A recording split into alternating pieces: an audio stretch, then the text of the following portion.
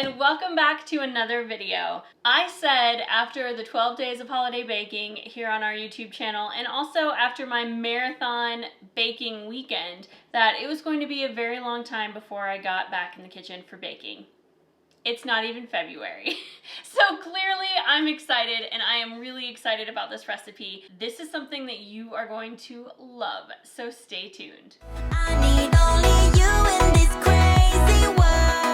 If you're new around here, make sure that you click that subscribe button. Please click that like button and that bell notification so that you can be notified every time we release a new video. This is something really different and probably the most challenging baking endeavor I've ever taken on. This is from the 2021 Festival of the Arts. Now, I was so sad that we were not going to be able to experience Festival of the Arts this year, especially after I saw the menus. Some of these items look so delicious, and this one in particular was one that I have talked about ad nauseum, both on our blog and here on our YouTube channel. I am really excited that this is something that I get to do, and I am also really excited because I have no expectations. This could be an epic failure, and if it is, we followed this recipe and we did what Disney Parks blog told us to do. We are going to be making the Mousse de Maracaya con pitaya roja, the passion fruit mousse with dragon fruit jam. Now, Disney Parks blog posted this a couple of weeks ago, and I had every intention of doing this last weekend, but life got in the way, so here we are. And this is a lot. It is a lot of steps, and this is a mirror glaze on top of this. If you've never made a mirror glaze, they are very challenging. I've never done one before, and there's a reason for that. It's very challenging. But we watched the Holiday Baking Championship over on Food Network, and the professional baker who had to use the mirror glaze had a really hard time with it. So that's why I have no expectations going into this. We're just gonna have some fun. We're gonna get in the kitchen. We're going to bake like we're at Festival of the Arts and hopefully make something really delicious. So I hope that you come along, and I hope that you try this out as well. We're also going to be doing a blog post on this, so you will also be able to follow along over there to see how this came out and maybe some tips on how to make it better. I'm just not sure how this is gonna go. But without further ado, let's just jump right in. So the first thing we're going to do with this recipe is we have to make a dragon fruit jam. Now, I know what you're thinking, dragon fruit jam, I've never seen that in the store. That's why we're gonna make it. You are going to want to combine a 12-ounce bag. I just found this in the freezer section of our grocery store of dragon fruit, and then a cup of sugar and a tablespoon of lime juice. You're gonna combine that in a medium saucepan, and we're gonna cook that over medium-high heat until the liquid begins to boil. Once it starts to boil, we wanna reduce that to a simmer, and we're gonna cook that for about 20 minutes, stirring occasionally, and we really want this to thicken up. Once it's nice and thick, we want to place it in a medium bowl, and then we are going to cool it for 30 minutes. After that, we are going to blend with an immersion blender. If you don't have an immersion blender, don't worry. You don't have to stop now. There are other options. I would just toss this into your food processor or regular blender and then blend it until smooth. After that, we are just going to store it in a nice container with either a lid or some aluminum foil on top, and we're going to refrigerate that until we're ready to use it, which is going to be a few steps from now. So we have our dragon fruit jam chilling in the fridge, and our next step is going to be to make this white chocolate passion fruit mixture that we're then going to turn into our mousse. So this is a pretty simple process. We're gonna take a small saucepan over medium heat, and we're going to take 1 cup of passion fruit puree and a 1/4 cup of sugar, and we're just going to mix that until it gets very, very hot. We don't want it to boil, but we do want it to get very, very hot. Then what we're going to do is we have a cup of chocolate chips here, white chocolate chips, and we're going to pour that hot mixture right onto the chocolate chips. Let that sit for about a minute, and then we're going to stir it until it's completely melted. So super, super simple, but this passion fruit puree is actually from Amazon. You can find this, there are a couple of different versions. We really like this one, and there's another one that's really good as well. We've not actually found one that's not great. So this is passion fruit pulp, and we've also tried the puree. So this is the pulp. We're gonna try this for this time. And like I said, I'm just going to take a cup of it and the sugar, and we're going to heat it up on the stove behind me. So we just poured our hot passion fruit mixture into the white chocolate chips, and they're actually already starting to melt. So this is not going to take long at all, but it says to let them sit for a minute or two before we stir to combine. So that's what we're gonna do. This passion fruit mixture is so delicious. It is perfect with a cocktail. You could make a passion fruit mojito out of this. Just muddle up a little bit of mint and some sugar cane, and you can have some delicious passion fruit mojitos. Put a little syrup in the bottom, super delicious. Also, instead of a mimosa, you could have a passion fruit mimosa, which would be really good. It is really good, I've tried it. But you just add a little bit. Now a little bit of this goes a long way. Passion fruit is very tart, very potent, so just a little bit goes a long way. This is also really great in pancakes, to add a little bit of this to your pancake mix or to your bread. If you're going to make like a banana bread, you can add a little passion fruit to it to give it a tropical twist. So some really great ideas to use your passion fruit mix. So you are going to actually use this entire thing. This is 2 cups in this little thing. So you're actually going to use this entire thing for this recipe, but you could grab 2 and make yourself a cocktail while you go. So we've let our mixture sit for about a minute, and we're now just going to gently stir it without making a giant mess until it's combined. You want the mixture to be smooth and all of the chunks of chocolate to melt in there. Just be patient with it because it will take a little bit of time. You can see it starting to come together. You also, if you don't have white chocolate chips but have a bar of white chocolate and it would equal a cup, so you do need a cup of the white chocolate, you can definitely do that and just chop it up. I just happen to have white chocolate chips on hand, so that's what I used. I'm just going gently back and forth until it starts to smooth out. So you see these chunks at the bottom, we want to get rid of those. So make sure that you're digging along to the bottom there.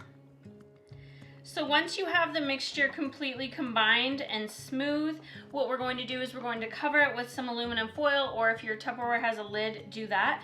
And you're going to refrigerate this for at least 4 hours or overnight, whichever works better. And then we can move on to the next step of our mousse. Now it's pretty late at night over here, so we are going to pick this back up tomorrow, and I will see you then for the next step in this process. All right, so we are back for day 2. I have got my passion fruit white chocolate mixture that we made yesterday out of the fridge. I also have my dragon fruit jam. I put it in a pastry bag. This is a little tip.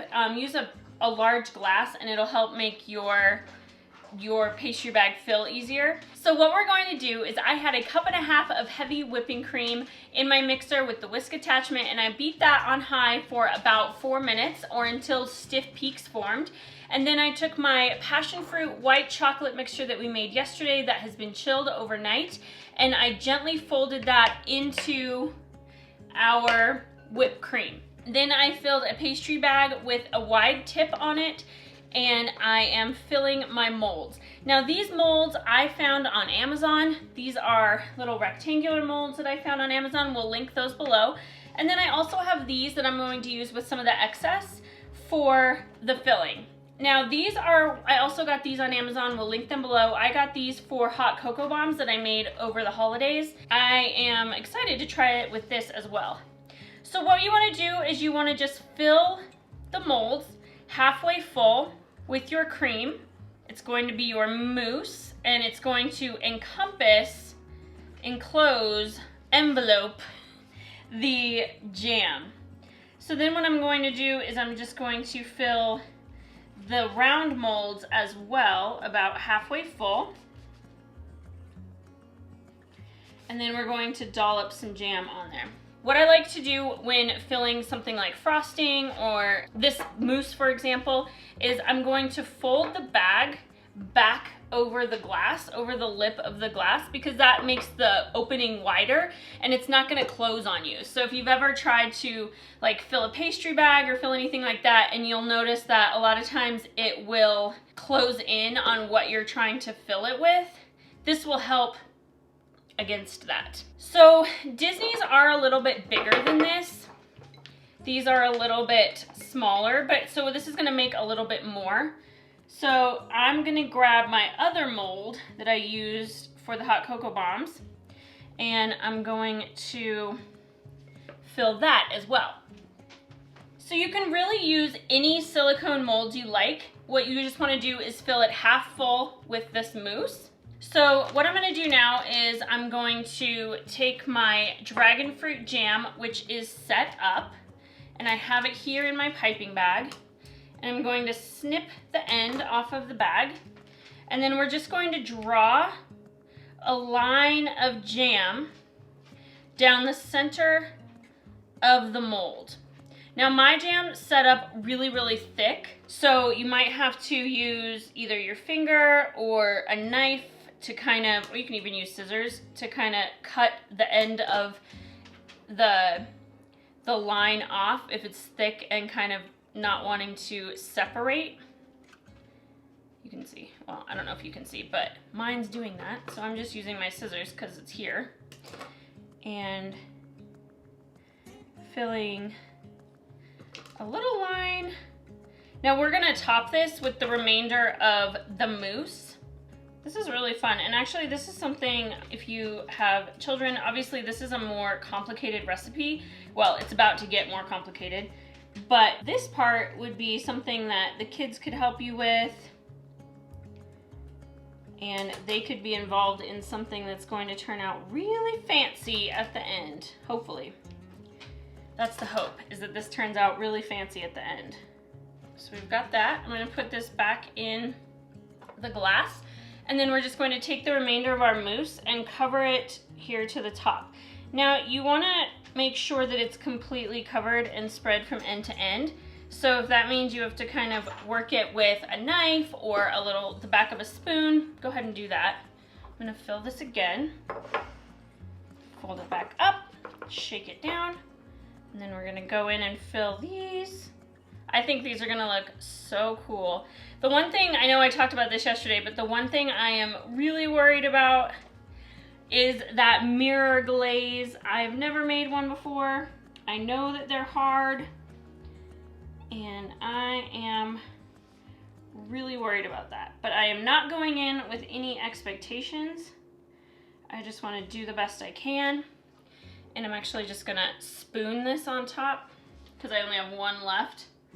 So I just wanna fill that mold and a little bit on that one.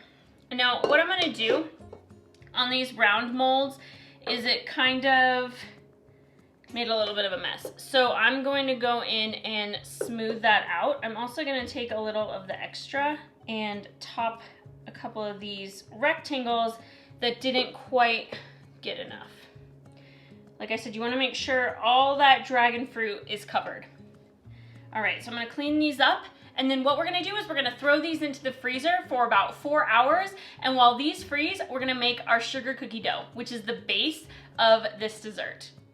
Our molds for the mousse are in the freezer. We're going to leave them in there for, like I said, 4 hours at least, if not overnight. And then we are now going to get started on our sugar cookies, which also have to rest or chill for an hour. So again, this is a long recipe, you guys. So in here, in this mixer with my paddle attachment, I have 3/4 cup of softened unsalted butter. I always bake with unsalted butter. That's the only thing, literally the only thing that the Pioneer Woman and I differ on in life. Is she bakes with salted butter and I bake with unsalted butter. Other than that, we're completely the same person. But, so I've got my unsalted butter in here. I'm also now going to add a cup of regular sugar. Now I was going to use my sugar cookie recipe for this, but I want to follow the Disney Parks blog recipe because I want it to taste just like it would if we were at Festival of the Arts. So I'm following their recipe. So in here I have a cup of granulated sugar and 3/4 cup of softened butter, and we're gonna cream this together for about 3 minutes. So our butter and sugar is all creamed together. Next I'm going to add 2 eggs, also room temperature.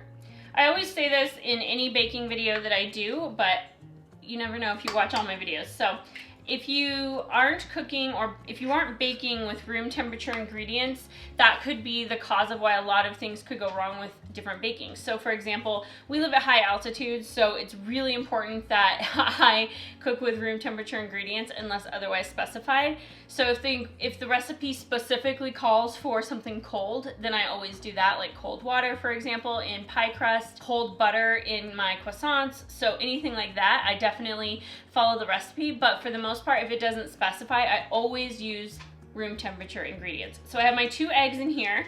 I'm going to gently beat those in. Next, I'm going to add my vanilla extract. It says about it says a half a teaspoon. I never measure my vanilla and I always add more than it says. I'm going to scrape the sides down. I'm going to set it for just another quick stir. Next, we're going to add our flour. I have all-purpose flour here, and I'm actually going to sift it. It does not call for sifted, but big fan of sifting, especially in baking.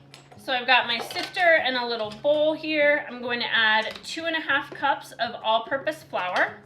So the purpose of sifting, and I think the reason a lot of baking has gotten away from sifting, is simply for convenience. But sifting is, I'm also going to add a little bit of salt. But sifting is really great for all baking because it helps create a lighter, fluffier baked good. And who doesn't want a lighter, fluffier baked good? So I always, always, always recommend sifting. This is a very special sifter to me. This is I just added a teaspoon of baking powder. This is my grandmother's sifter, and it was actually her mother's. So this is my great-grandmother's sifter.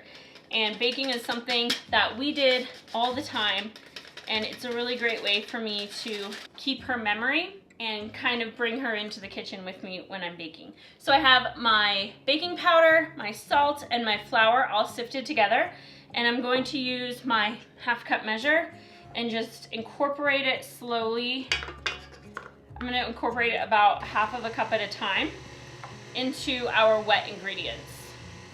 If you have a guard, a lot of the KitchenAids come with a guard to keep the flour from spilling all over when you're incorporating your dry into your wet. I definitely recommend using that. Mine's over there. I didn't get it. So we want to completely mix the dough. So you don't want to have any really dry parts, but you don't want to beat it to death. You don't want to really over mix your dough. You'll know when it's done. It's nice and it's a nice even consistency. So I have my dough here. It's all ready to go. I'm going to cover it with plastic wrap, and we're going to put it into the refrigerator for 1 hour. Our dough is chilled, and so what we're going to do is I have some flour here. I'm going to sprinkle my countertop with some flour. I'm going to pour the dough out onto the flour, and then we're going to roll it out. So I need to make 8 rectangles, and I need to make 6 circles. I'm also going to preheat my oven to 325 degrees and get my cookie sheets ready. And I'm going to cover them in Silpat mats so that they don't stick to the sheet.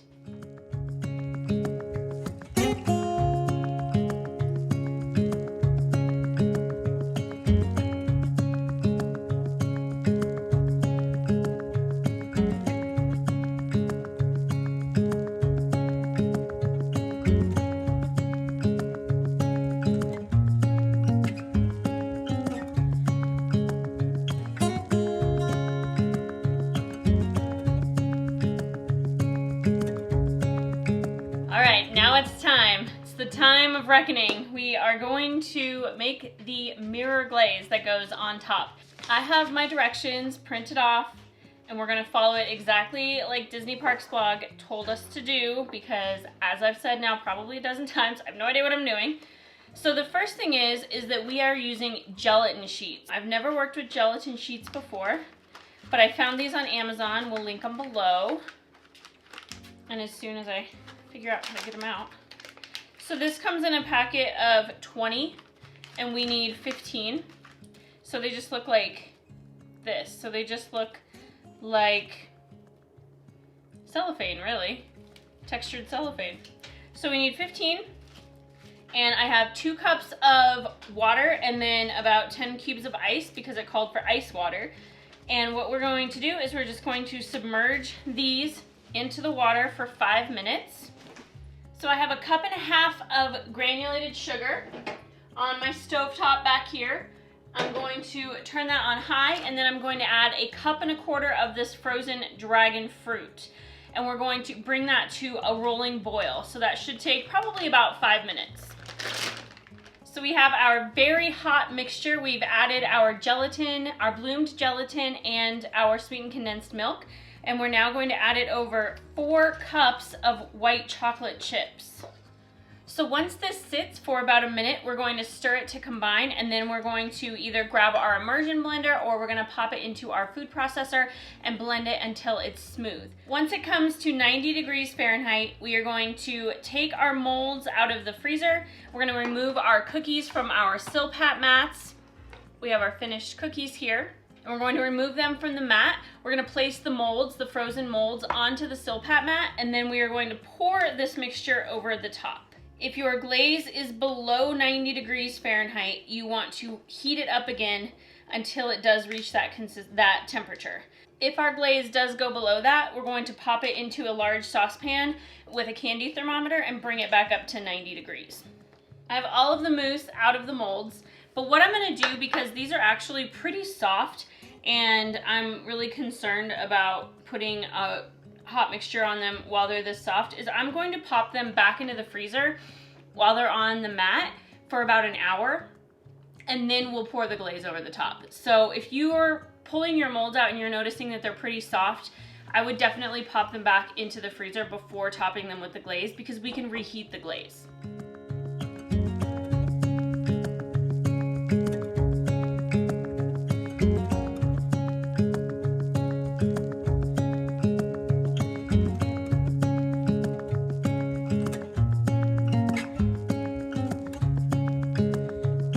We have the second layer of the mirror glaze on our mousse. So now all we have to do is plate it up. What we're going to do is we're going to take a cookie and we're going to put one of the mousse on top, and then we're going to top it with this cute little sugar centerpiece that I got off of Amazon. So I just got one of these onto the plate, and I have to say I am super impressed with myself. They definitely don't look as polished as the ones at the park, but I think they turned out so cute. We will insert a close-up picture so that you can see the final product.